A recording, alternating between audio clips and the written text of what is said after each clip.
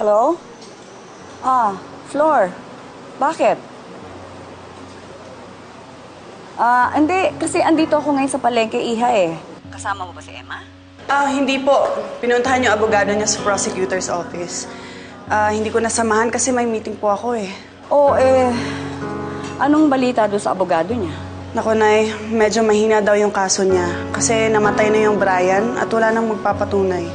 Naku, sana hindi makalusot ang babaeng yun. O sige, Flor. Salamat sa'yo, ha? Oo, Iha. Sige, Nay, bye. May problema? Alala ko kay Emma.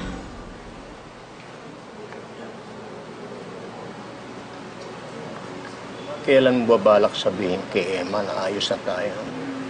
Magulo ang isip ni Emma ngayon. Baka madamay lang tayo sa galit niya kay Georgia.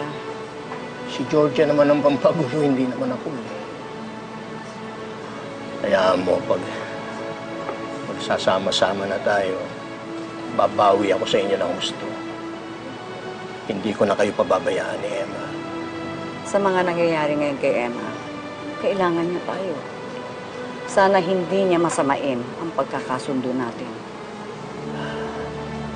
Kung pwede nga lang sana, yakapin ko siya ng mahigpit para mawala yung lahat ng hinanakit niya sa akin.